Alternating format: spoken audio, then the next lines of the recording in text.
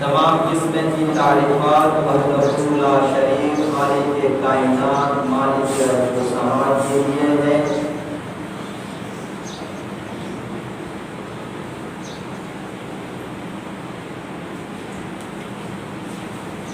جس نے ہمیں اور آپ کو اشرف المخلوقات میں سے ایک افضل انسان بنایا۔ اللہ رب العالمین نے بے شمار انبیاء اکرام علیہ السلام کو اس دنیا میں مبعوث فرمائے ہیں۔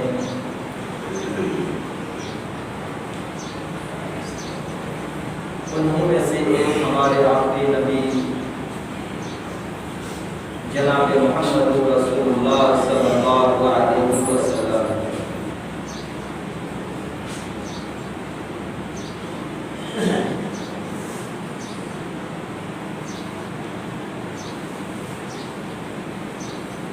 اللہم صلی علیہ وسلم۔ محترم ناظرین، آپ پچھلے خطبے قربانی کے چند مسائل سن چکے ہیں، لیکن انہی میں سے کچھ ایسی چیزیں تھی جو میں آپ کو بتا نہ سکا اور ٹائم کی قلت پڑ گئی تھی، تو میں نے سوچا کہ اسی کے تعلق سے پھر اس ہفتے بات کی جائے، گفتگو کی جائے، تاکہ انسان کو لوگوں کو پوری طریقے سے معلوم چل جائے کہ قربانی ہے تو کیا ہے۔ چلیے پہلے ہم دیکھتے ہیں کہ قربانی کا معنی کیا ہے۔ قربانی کا معنی کیا ہے میرے بھائیوں؟ قربانی کا معنی یہ ہے ہر وہ کام جس سے اللہ تبارک و تعالی کی قربت اور اس کی نزدیکی حاصل ہو۔ جیسے کہا جاتا ہے الصلاۃ قربان کل تقی، نماز ہر ایک پرہیزگار انسان کے لیے، پرہیزگار شخص کے لیے وسیلہ ہے۔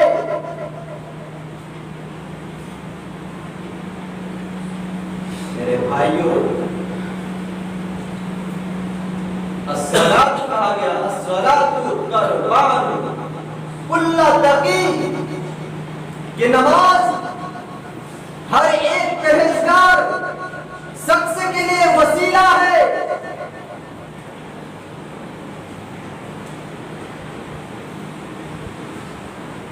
آج 9 ذی الحجہ سے لے کر تقریباً آج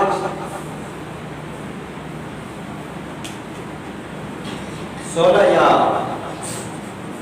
6 یا 7 تاریخ ہو چکی ہے، 5 یا 6 تاریخ ہو چکی ہے، بس عید الاضحیٰ بہت قریب ہے، اور 21 تاریخ کو انشاءاللہ پورے ہندوستان میں دھوم دھام سے جو ہے عید تیوہار منایا جائے گا، عید الاضحیٰ منایا جائے گا۔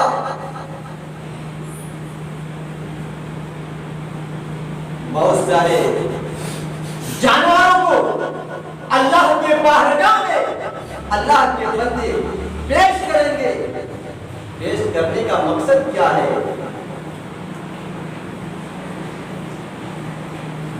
میرے بھائیوں، یہ عشرے جو 1 ذی الحجہ سے لے کر جو 10ویں ذی الحجہ تک جو عشرے ہیں، یہ بڑی فضیلت عشرے ہیں۔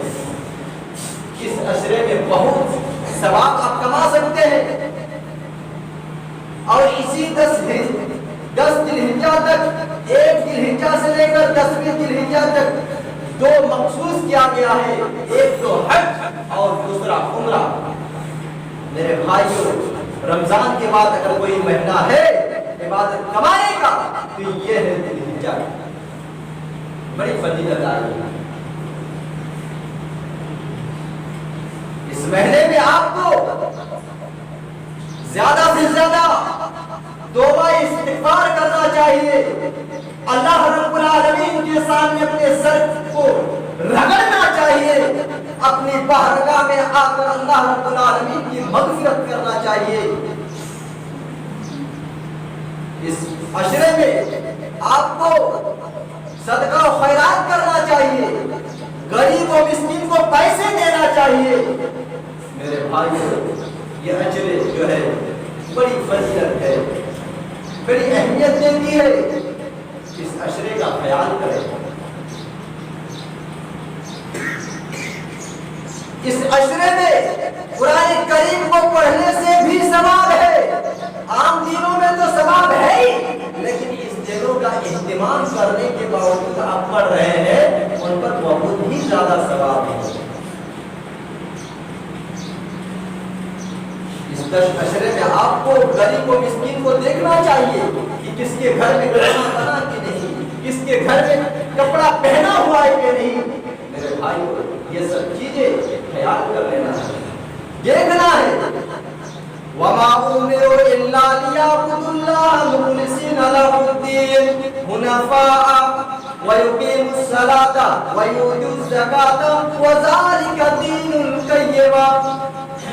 ان کو یہی حکم دیا گیا ہے, ان کو یہی حکم دیا گیا ہے, ان کو یہی حکم دیا گیا ہے کہ خالص اخلاص کے ساتھ اللہ تبارک و تعالیٰ کی عبادت کرے, اللہ تبارک و تعالیٰ کی بھکتی کرے, اللہ تبارک و تعالیٰ کو حاضر و ناظر سمجھے. وَيُقِيمُوا الصَّلَاةَ اور نماز قائم کرے, وَيُؤْتُوا الزَّكَاةَ اور زکات دے, وَذَلِكَ دِينُ الْقَيِّمَةِ اور یہی سچا دین ہے, اور یہی سچا مذہب ہے, اور یہی سچا دھرم ہے. یہ اسلام جیسی نعمت ہم پر بخشی ہے, بہت خوش نصیب کی بات ہے کہ ہم جیسے آپ جیسے انسان کو اسلام جیسا مذہب اللہ رب العالمین نے عطا فرمایا ہے.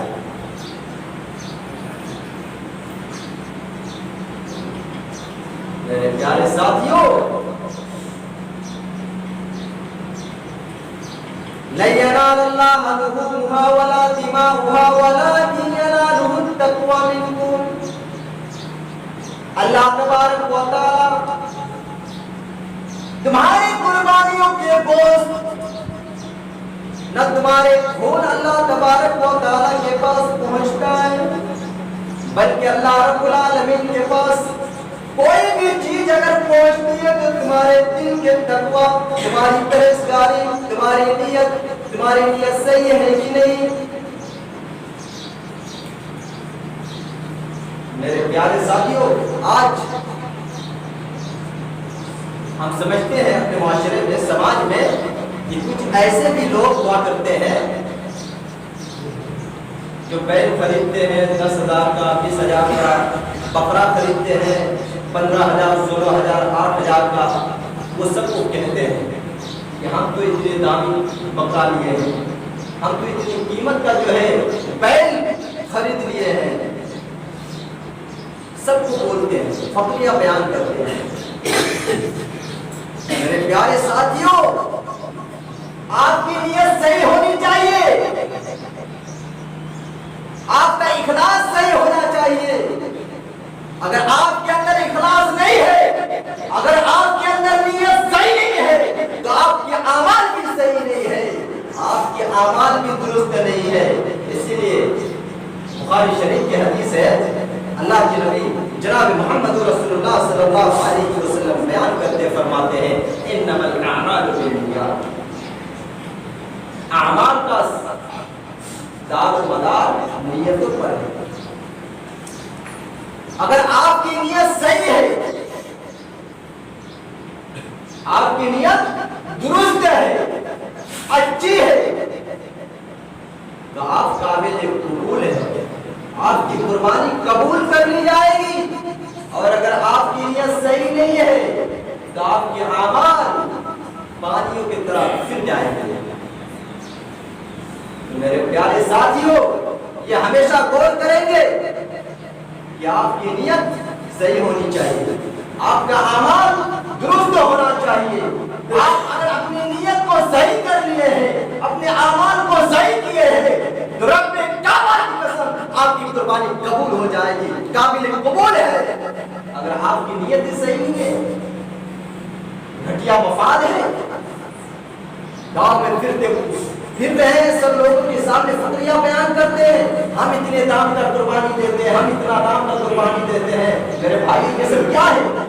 یہ سب لوگوں کو دکھانے کے لیے آپ کو ریاکاری یا نمود نہیں ہونی چاہیے اس میں، ورنہ آپ کے اعمال برباد ہو جائے گا، ضائع ہو جائے گا، نقصان ہو جائے گا۔ میرے پیارے ساتھیوں، اگر آپ کے اعمال نیت اگر صحیح ہے تو آپ کے سارے اعمال اچھی نکلے گی، صحیح نکلے گی، اور آپ ثواب کے حامل ہو جائیں گے۔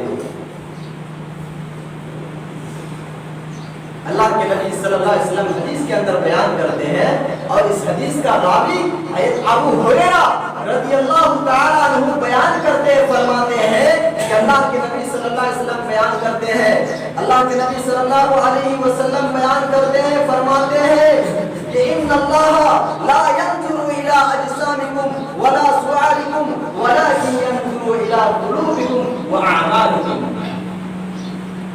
ان اللہ لا ينظر، کہ اللہ تبارک و تعالی الى اجسامکم،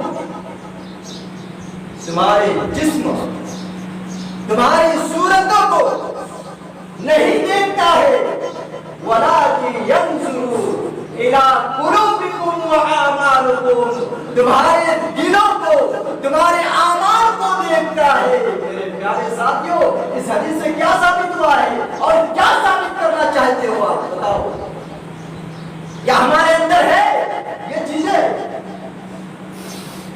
کیا ہمارے اندر نیت صحیح ہے اس حدیث سے؟ کیا ہم مسلمان لگ رہے ہیں؟ کیا ہم مسلمان کے حقدار ہیں؟ کیا ہم قربانی کرنے والے ہیں؟